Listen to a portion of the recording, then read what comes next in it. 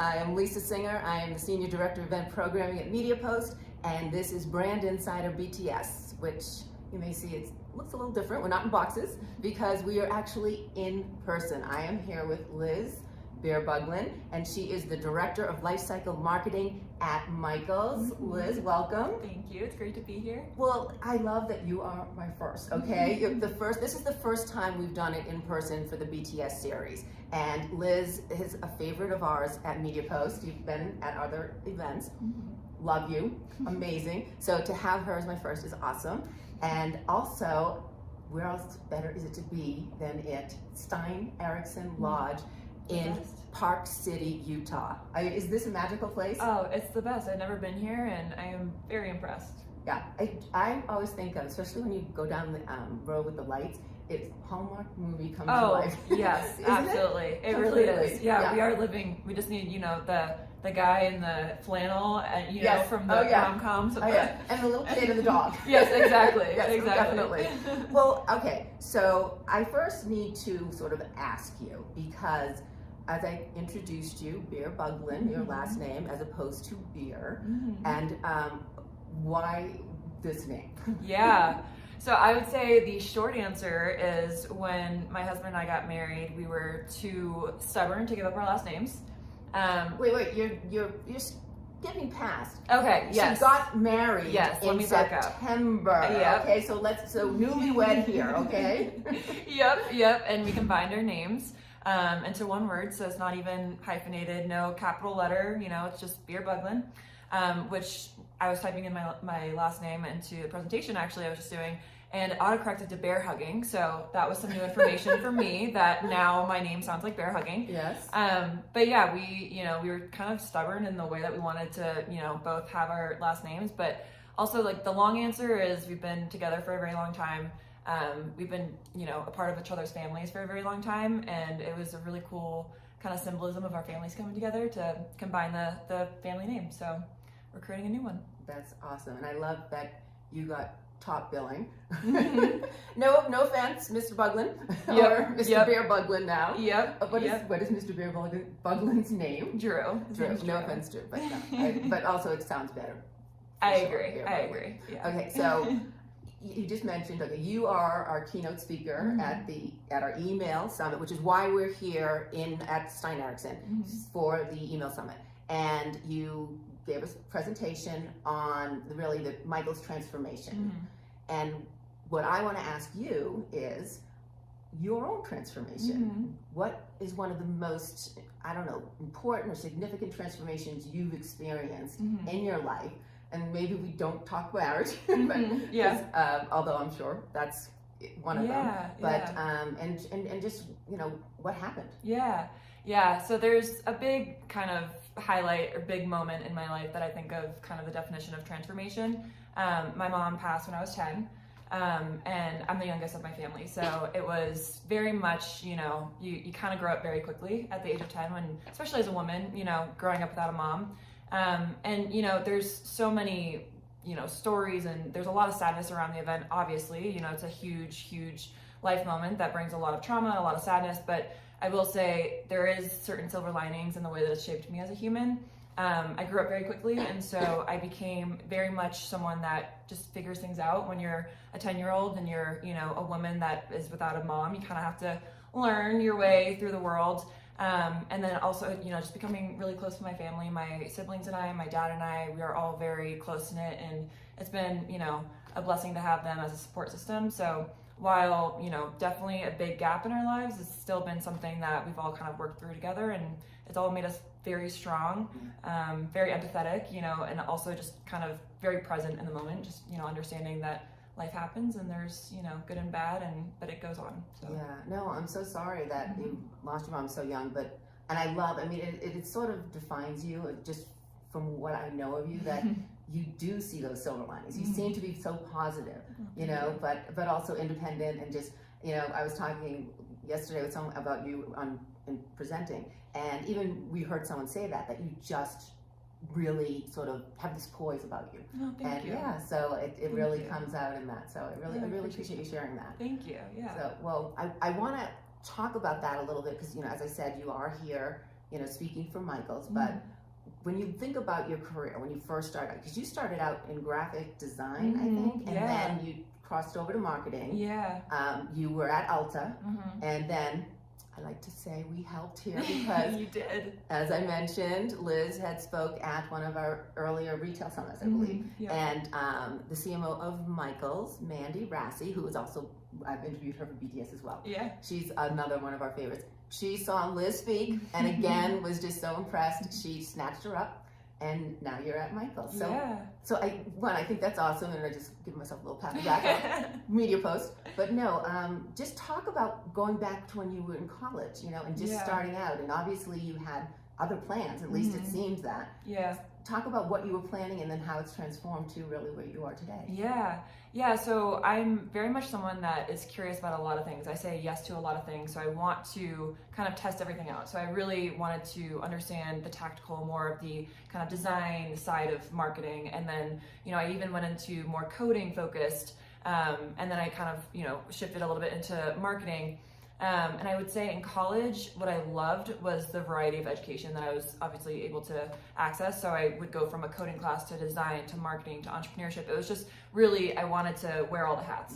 And that really led me down the path of not only starting my own freelance company for design, which was a lot easier at the time than doing freelance marketing as a college student. And then, kind of going into smaller companies because, when you're young and you kind of want, FaceTime with the higher ups and leadership teams. Also, when you want to learn aggressively and be on an accelerator path, going to the smaller companies can be an asset just because you're wearing all those hats and you're learning by doing, and you're really kind of put to the test and drinking from a fire hose, as they say. And so I went kind of small company route, really dipped my toes in all the different kinds of pieces, design, and then kind of shifted into marketing with a smaller company. And then I kind of felt confident enough to go, all right, big company route. I do know that, ultimately I'm going to be more of an asset if I have both types of experiences. And so that really drove me down the path of going to a bigger retailer, and then ultimately to Michael's, which I'm very happy at. Wow. So I didn't realize when we talked about that I knew you did design design that you had launched your own business. Like really, I mean, do you feel like you have this entrepreneurial spirit that you're ready to do anything kind of thing? Yeah, no, it's definitely been a huge passion of mine. It was something I studied in college. I started my own jewelry business when I was in high school. Like any way that I can just kind of do something that's like a little bit more, self-owned, self-started. It's always been a passion project of mine. That's awesome. Well, and another thing I love, I always do my snooping, and on Instagram, I love that you wrote, let me read it, your most notable accomplishment is being one of your dog's favorite humans. Yeah. Now, as the dog lover I am, I totally get it. But first, before I ask you my question, tell me about your dog. What kind of dog? What's her name? Cutie. Her name's Wiley. She's a Cocker Spaniel, a chocolate Cocker Spaniel, which every time I'm walking her, there's some kid that comes by and is like, oh, it's Lady, like from Lady and the Tramp. Oh, okay. She's got the ears and everything. She kind of looks like a human. It's kind of weird sometimes, but she is adorable, and she's just my best friend. I mean, I went from I had her when I was, in an office every day, and obviously I missed her, but then working from home, I mean, she's heard all of my presentations before I do them on stage. She's just, she probably knows, secretly everything about Michael's because she's just my right-hand man, so. Well, yeah, she's the best. I love that you were her favorite person, but I have to turn it to you. Yeah. Who is your favorite person growing up? Who, not now, but who is your favorite person growing up? Yeah, this question, I mean, there's so many people that come to mind. I would say, really, in hindsight, growing up, one of the most influential people in my life was my aunt, my mom's sister. Obviously, when I lost my mom, she really stepped up and really, kind of took us all in and understood the assignment that, my sister and I were two growing women that didn't have a mom, and then my brother obviously not having a mom as well, and she really stepped up from that kind of role. But even just family aside, her as a human, not only is she one of the kindest people that I've ever met, she's someone that I really respect because she never stops learning. So she's, up there in age, and she's still going back to school, still, doing all of these different kinds of skills, learning new things, and has this fierce growth mindset, which I really respect. And that's something that I admire about people, and I hope to carry on, throughout my life. Yeah, well, it seems like you're on a good start there. So I think your aunt would be very proud. Thank you. Well, all right. Michaels, of course, you guys are famous for your holiday ads and always do something creative. And I love the one this year. It's this, I don't know if you've seen it, but it's this Yeti. It's called the Holiday Yeti. And I'm going to say it's a he, and he is fanatically grabbing at everything to throw in his cart for holiday presents. All right, so what has inspired you to be the Holiday Yeti? Like what's brought out your major, I need to have this item, and it can't be from Michaels? Okay. It's funny because my mind actually goes to Michaels because I just bought a Cricut and now everything's Cricut.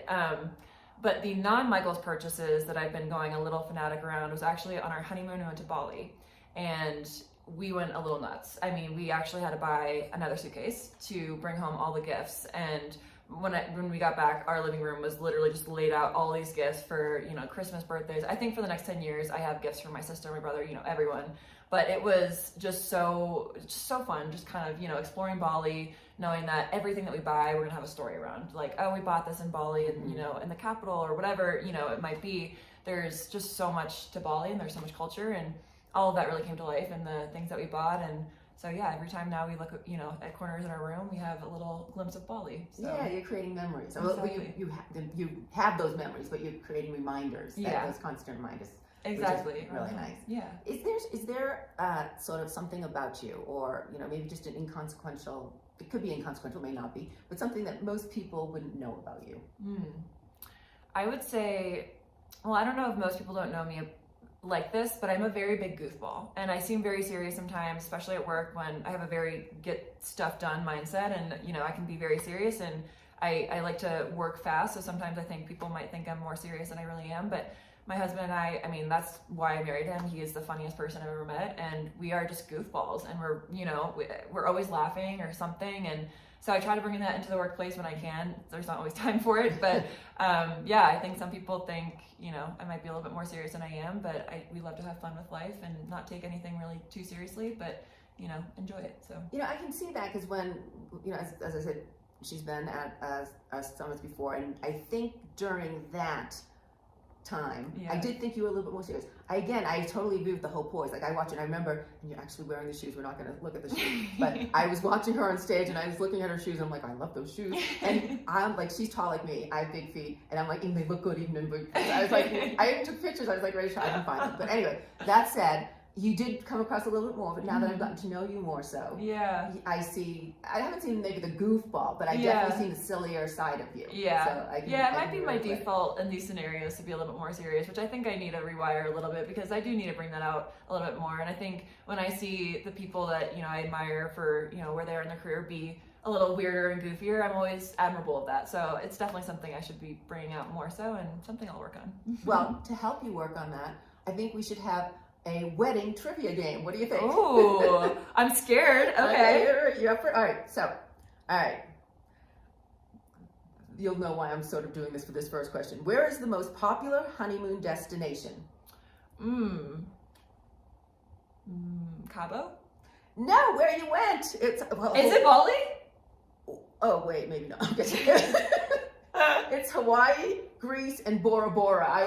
My God. Bora Bora and Bali. I was kind of putting them together. Everyone asked me, like, oh, were you on a villa on the water? I was like, no, it's the wrong B area. That was Bora Bora. Yeah. Okay, all right, my bad. All right, next question. What is the most popular first dance song of all time? Is it Marry Me? No, that's a good one. I think that is up there, but the one that came up, at least according to AI, it was "Can't Help Falling in Love" by, the King, Elvis Presley, and "At Last" by Etta James, which I do love that. I love At Last. I love Etta James beautiful, too. Beautiful song. Yes, I do too. All right. Last question. What is the most common wedding advice given to couples before their marriage? Don't go to bed angry. Is that it? Yeah, well, that's one. Okay.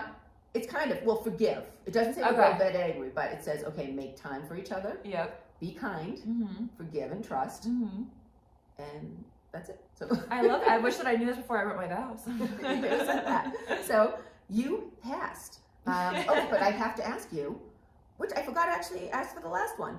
One, what was your wedding song?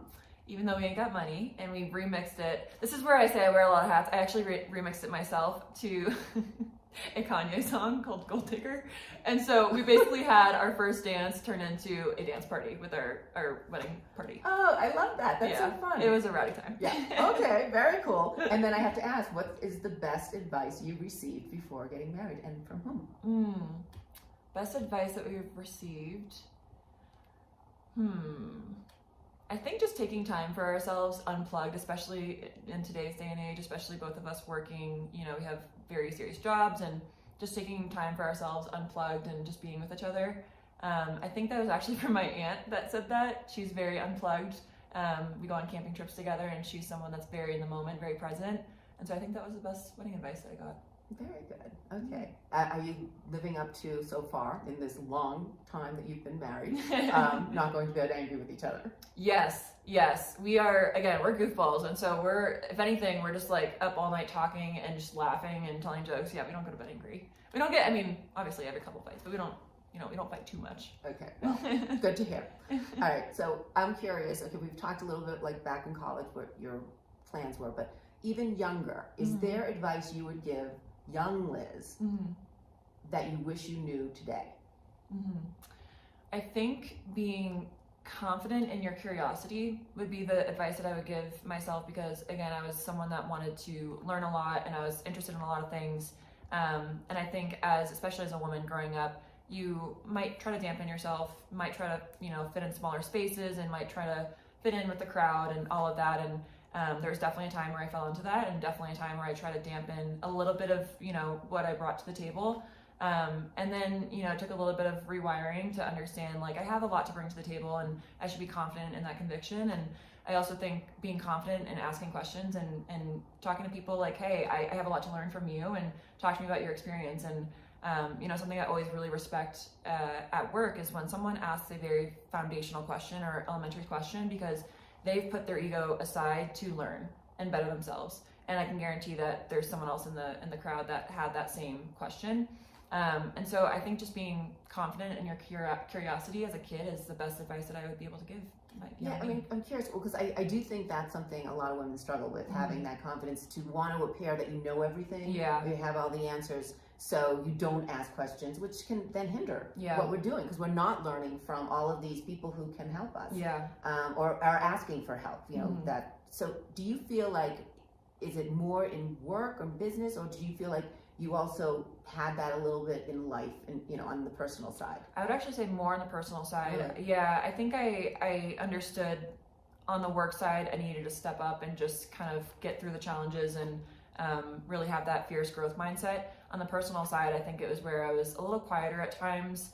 And honestly, there's a bridge between personal and professional where, even just looking up to women mentors, asking questions that I wanted to ask. And, I think just the best thing that a young woman could do is just reach out and ask those questions. The worst answer you get is no. And I know that sounds cliche, but it's so true. I mean, you think about the worst case scenario, it's just a no.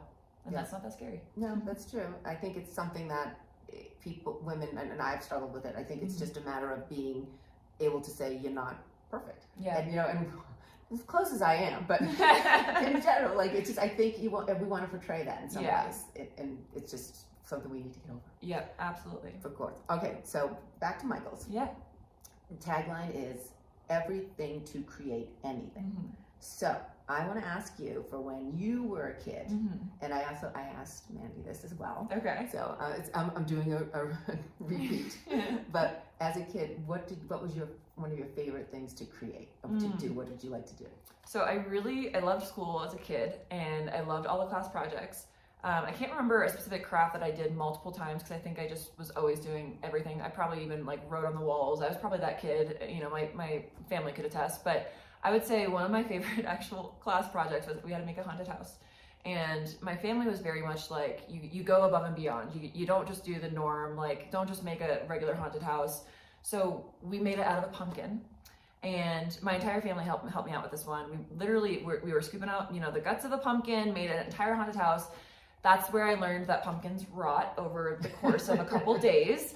And so I turned in the project, and it was a little squishy, But wouldn't that make for a better haunted house? Yes, That looks like it's that's collapsing. it's a great, silver lining. I should have tapped into that. Yes. Said it was on purpose. Yes. Yeah. Well, and speaking, I again want to ask you another silver lining question, and I know when you talk about your mom's passing, that is the most amazing one that you have gone through, I'm sure, in your life. Yeah. But have there been other moments, and maybe in your career even, or as you're pursuing, you started entrepreneurial, and then as you moved along the lines, or just even any time that you maybe something happened that you were just like, this is the worst, or I don't know what to do right now, and it turns out when you look back that it actually was the best thing that could have happened. Yeah, what comes to mind is when I've always wanted to go to Miami University of Ohio. That's where my parents went, and it's not that, I was trying to chase their path, but it was a school that, I had very fond memories of, visiting when I was a kid, and there was just a lot of stories there, so it was a place that I wanted to go to for college for a while. And when I applied into it, I got in, to the base level as I got into school, but I didn't get into the business program. And that, to me, I always thought, okay, this is my route, this is where I'm going, and it stung a little bit.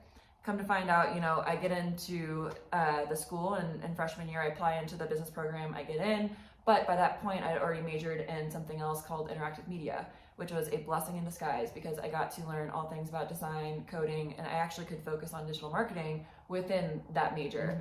And I really, networking opportunities just opened up from that major. There was a lot of alumni from Miami that I was able to connect with, and there were a lot of opportunities I wouldn't have, really been able to get if I had gone a different path.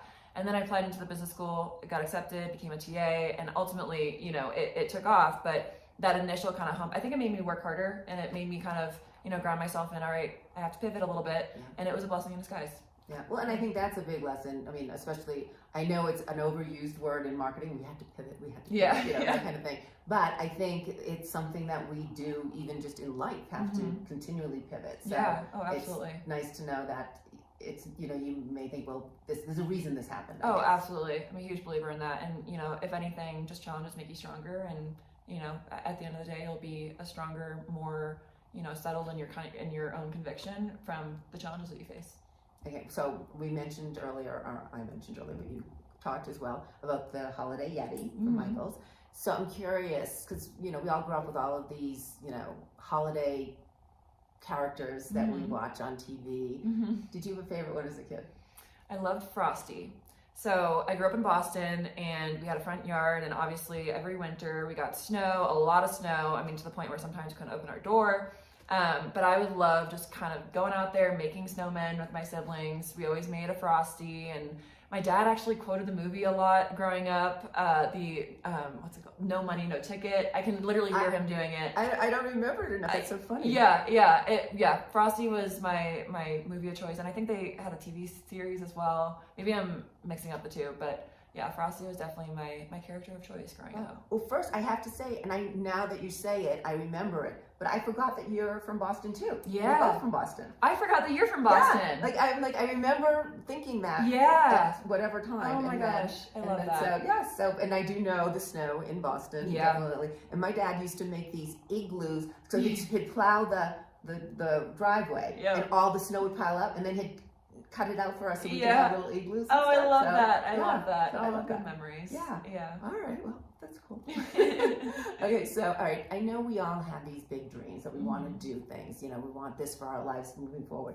But what is your daily, big goal? What is your daily goal that's the win if that happened during that day? Yeah, I love that question because that's something I've really been trying to focus on in the past couple of years. I think I grew up with this very fierce purpose of I have to change the world, and I think a lot of kids kind of have this mindset of like the purpose that you bring to the world has to be big. I mean, you see these docuseries and all these big characters in the media, and you want to be remembered, and there's this kind of, you grow up and have that as the fandom.